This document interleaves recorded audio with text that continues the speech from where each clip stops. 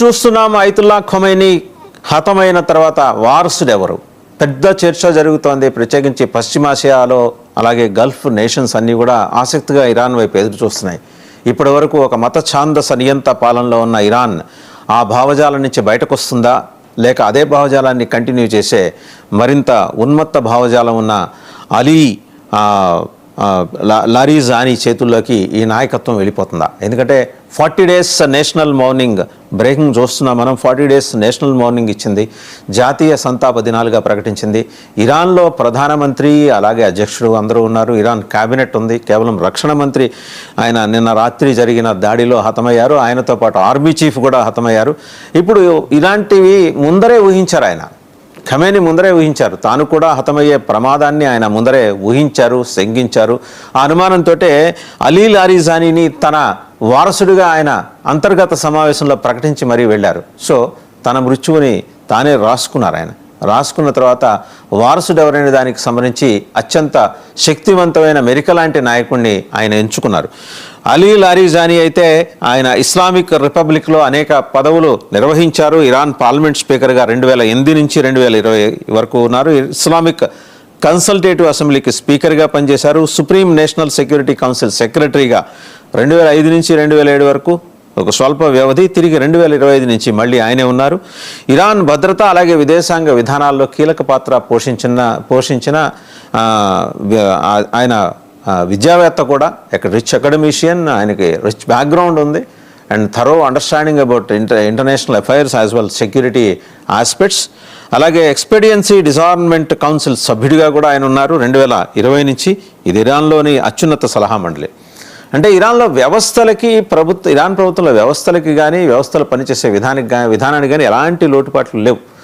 కాకపోతే వాళ్ళకి అదనంగా వచ్చి చేరిన ఒక తలనొప్పి మత ఛాందస్వాదం, ఆ మత మౌఢ్యం కారణంగా వాళ్ళు ప్యారలల్గా ఎదుగుతున్న సైన్స్ అండ్ టెక్నాలజీతో పాటు తెచ్చుకోవాల్సిన పేరు ప్రతిష్టలన్నీ కూడా అవి పక్కన పడేయించుకోవాల్సిన పరిస్థితి వచ్చింది. ఎందుకంటే సైన్స్ అండ్ టెక్నాలజీ కావచ్చు, మెడికల్ ఎడ్యుకేషన్ కావచ్చు, వాళ్ళ విజన్ కావచ్చు. ఇరాన్ ఇవాళ నాగరికత కాదు, 2000-3000 సంవత్సరాల క్రితం నాటి నాగరికత. భారతదేశం సింధు నాగరికతతో పాటు సమాంతరమైన నాగరికత. సో అతి ప్రాచీన నాగరికత ఉన్న ఒక దేశంలో చొరబడ్డ మత ఛాందస్వాదం ఆ దేశాన్ని ఎలాంటి పతనావస్థకు తీసుకొచ్చిందనేది ఖమేనీ మృతి మనకి ఇక్కడ బెస్ట్ ఎగ్జాంపుల్. వాస్తవంగా 79 to 89 ఖమేనీకి ముందు అయతుల్లా ఖొమైనీ ఉన్నారు. తర్వాత ఖమేనీ వచ్చారు. ఖమేనీ వయసు చనిపోయే నాటికి, అంటే నిన్న రాత్రి ఆయన చనిపోయినట్టు అధికారికంగా ఇరాన్ కూడా ధృవీకరించింది. 86 సంవత్సరాలు. వాస్తవానికి 10 ఏళ్ల నుంచి ఆయన డిమెన్షియాతో బాధపడుతున్నారు ఖమేనీ. ఆ బాధపడక ముందు నుంచి ఆయన తన వారసుని ఎంపిక చేసుకున్నారు, అలీ లారిజానీ ఫ్యామిలీ గురించి కూడా ఇక్కడ మనం మాట్లాడుకోవాలి. లారిజానీ బ్రదర్స్ వాళ్ళు సోదరులు ముగ్గురు. ఆయన మొదటి సోదరుడు తమ్ముడు సాదేక్ లారిజానీ. ఆయన అయితే ఇంతకుముందు జ్యుడిషియరీకి చీఫ్గా ఉన్నారు ఇరాన్లో.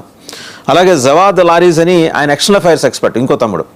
సో వీళ్ళ ముగ్గురు కూడా ఏంటంటే this trio they use to command the entire Islamic Revolutionary Guards Corps, IRGCని కమాండ్ చేయడం అనేది వాళ్ళు కంప్లీట్గా వాళ్ళ చెప్పు చేతిలో ఉంది.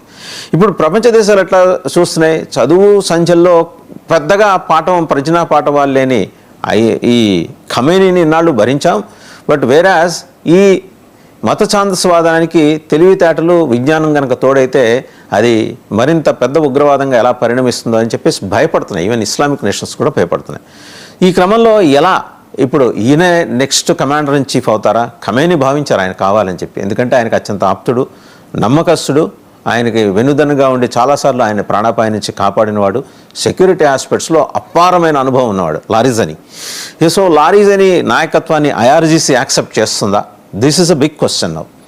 యాక్సెప్ట్ చేస్తే యాక్సెప్టెన్స్ పర్సంటేజ్ ఎంత ఉంటుంది అనేది. IRGCలో 60% మంది ఈయన్ని వ్యతిరేకిస్తున్నారు. కానీ ఖమేనీ బతుకున్నప్పుడు ఆయన చెప్పారు కాబట్టి నోరు మూసుకొని ఓకే లారిజానీని నాయకత్వాన్ని మేము ఆమోదిస్తామని చెప్పారు. బట్ ఈరోజు తిరుగుబాటు మొదలవుతుంది. IRGCలో తిరుగుబాటు. ఆల్రెడీ కొంతమందిని అమెరికా నిఘా సంస్థలు కొనేసినాయి. IRGCలో కొనేసినాయి కాబట్టి అంత యాక్యురేట్గా ఆయనని పాయింట్అవుట్ చేసి మరీ ప్రొసెసివ్ అటాక్ చేయగలిగి ఆయన్ని, ఆయన కూతుర్ని, ఆయన అల్లుడిని, ఆయన మనవరాల్ని అంటే శత్రుశేషం లేకుండా నిర్జించగలిగింది అమెరికా. అమెరికా ఇజ్రాయెల్ సేనల సంయుక్త దళాలు నిర్జించగలిగాయి. సో చాలా meticulous operation they have carried out. 45 రోజుల యుద్ధ వ్యూహం, ఒక రోజు కాదు 2 రోజులు కాదు, అంత పెద్ద యుద్ధ వ్యూహాన్ని. ఇన్ఫ్యాక్ట్ 79లో మొదటి ఇరాన్ షా అవలంబించిన నియంతృత్వ విధానాల వల్ల ఖొమేనీని నెత్తికి తెచ్చిపెట్టుకున్నారు. అతను ఒక ముల్లా, అతని ఛాందస్వాదాన్ని విస్తరింపజేసి దానికి రాజ్య విస్తరణ కాంక్షని నియంతృత్వాన్ని జోడించి పూర్తి మసాలా చిత్రాన్ని 79 నుంచి 89 వరకు అతను అందించాడు. దాన్ని సుస్థిరం చేసింది ఖమేనీ 89 నుంచి ఈ రోజు వరకు కూడా. అలాగని వాళ్ళ సైన్స్ అండ్ టెక్నాలజీ డెవలప్మెంట్ కానీ, వాళ్ళ న్యూక్లియర్ టెస్టులు కానీ, యురేనియంని రిఫైన్ చేసుకొని అణుబాంబులు తయారు చేసే దిశగా వాళ్ళు చేస్తున్న ప్రయత్నాలు కానీ, వాళ్ళకున్న 3 న్యూక్లియర్ ఫెసిలిటీస్లో జరిగిన అద్భుతాలను కానీ అమెరికా ఆపలేకపోయింది.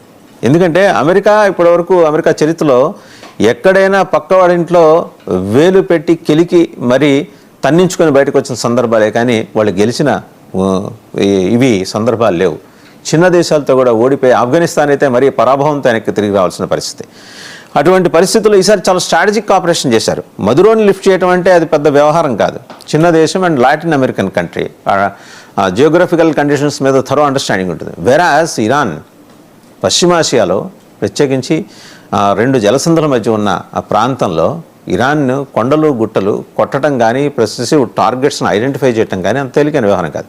వాళ్ళ అత్యాధునిక ఆయుధ సంపత్తితోటి 2 వార్షిప్స్ తోటి USS Abraham Lincoln, USS Gerald R ఫోర్డ్ని తీసుకొని వెళ్ళి, మరి గెరాల్డ్ ఆర్ ఫోర్డ్ అయితే ఫ్లోటింగ్ సిటీ అంటారు, తేలియాడే నగరం అంటారు ఆయన.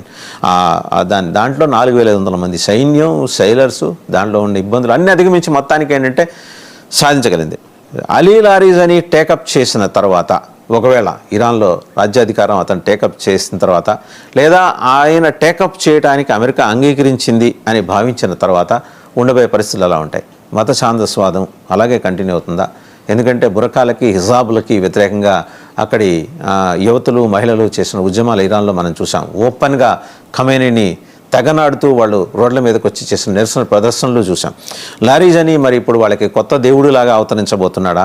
ఆయన చూడబోతే కొంత ప్రోగ్రెసివ్ థాట్ ప్రాసెస్ ఉన్న నాయకుడిలాగే కనిపిస్తున్నాడు. బట్ అదే మత ఛాందస్వాదాన్ని ఒక ఒసామా బిన్ లాడెన్ మాదిరి, ఒక అల్ జవహరీ మాదిరి తన మెదడులో జొప్పించుకొని మరీ పరిపాలించడానికి, లేకపోతే తాత్కాలికంగా ఐఆర్జీసీ చీఫ్గా, ఇస్లామిక్ రెవల్యూషనరీ గాడ్స్ కాప్స్ చీఫ్గా తనను తాను ప్రకటించుకోవటానికి ఆయన ముందుకొస్తే దానికి ఐఆర్జీసీలో ఉన్న నాయకులు, మిగిలిన లీడర్స్ అంగీకరిస్తారా? ఎందుకంటే ఇప్పుడున్నది 3rd జనరేషన్ లీడర్స్.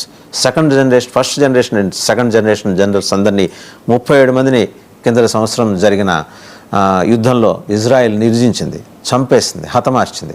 సో ఈ 3rd జనరేషన్ లీడర్స్కి ఈరోజు మరి అలీ లారీజానికి సాపత్యం కుదురుతుందా? అండర్స్టాండింగ్ ఉంటుందా? ఎందుకంటే అలీ లారీజాన్తో పాటు ఆ పదవి కోసం ఒక 5గురు వేచి ఉన్నారు. బట్ ఇప్పటివరకు పెద్ద ఆయన బెతుకున్నాడు కాబట్టి, ఖమేనీ బెతుకున్నాడు కాబట్టి ఖమేనీ మాట మీద నడిచింది. ఖమేనీయే లేకపోయిన తర్వాత ఇప్పుడు అలీ లారీజానీని మనం ఎందుకు అంగీకరించాలనే ప్రశ్న ఉత్పన్నమైంది మిగిలిన ఐఆర్జీసీ కాప్స్లో. అండ్ వాళ్ళలో మొస్సాద్ని చాలామందిని, అరౌండ్ 40 to 50% మొస్సాద్, సిఐఏ కొనేసినాయి. ఇది స్పష్టమైన సమాచారం. అండ్ నెరేటివ్ బిల్డింగ్ మొదలైంది ఆల్రెడీ. అంటే అమెరికాకి కానీ ఇజ్రాయెల్ పెద్దగా ఇందులో జోక్యం చేసుకోదు. లీడర్షిప్ చేంజ్, రెజీమ్ చేంజ్ గురించి జోక్యం చేసుకోవద్దు. వాళ్ళ ఫోకస్ అంతా ప్రధానంగా హౌతీస్ని, హెజ్బుల్లాస్ని, హమాస్ ఉగ్రవాదుల్ని ఎలా నియంత్రించాలి. ఈ పొలిటికల్ లీడర్షిప్ని ఐడెంటిఫై చేసే క్రమంలో ఎవరు అడ్డొస్తున్నారు? ఐఆర్జీసీలో 40 to 50% మరి రెవల్యూషనరీ గార్డ్స్ అడ్డొస్తున్నారు. వాళ్ళలో వివిధ హోదాల్లో ఉన్న మిలిటరీ ఆఫీసర్స్ అడ్డొస్తున్నారు. వాళ్ళందరినీ కన్విన్స్ చేయడమా, బెదిరించడమా? ఇది అలీ లారీజాని ఆల్రెడీ మొదలెట్టాడు. ఎందుకంటే ఇలా ఖమేనీ మృతి చెందాడని తెలియంగానే లొంగ తీసుకోవటం, బెదిరించడం ఒకటి, లొంగ తీసుకోవటం ఒకటి, కొనేయటం ఒకటి. ఈ 3 తనకు చేత కానప్పుడు తను ఏం చేయాలి? అప్పుడు అమెరికా రంగంలోకి దిగుతుంది. అమెరికా ఓ పక్క జూనియర్ షా పెహ్లావీని రెడీ చేసుకుంది. తను పుట్టిన తర్వాత 7 ఏళ్ళు మాత్రమే ఇరాన్లో ఉన్న జూనియర్ షా ఈరోజు ప్రవాసం నుంచి వచ్చి ఇక్కడ పరిపాలన చేపట్టడానికి కావాల్సిన ఏర్పాట్లన్నీ చేసుకుంటున్నాడు, లేదా ఆయన చేత అమెరికా చేయిస్తుంది. బట్ అమెరికా చెప్పినట్టు ఆడాలి. చిన్నప్పుడు మనం చూసేవాళ్ళం తోలుబొమ్మలు అట్లని. అలాంటి తోలుబొమ్మల్ని ప్రపంచవ్యాప్తంగా మరి అమెరికా తయారు చేసుకుంది. అలా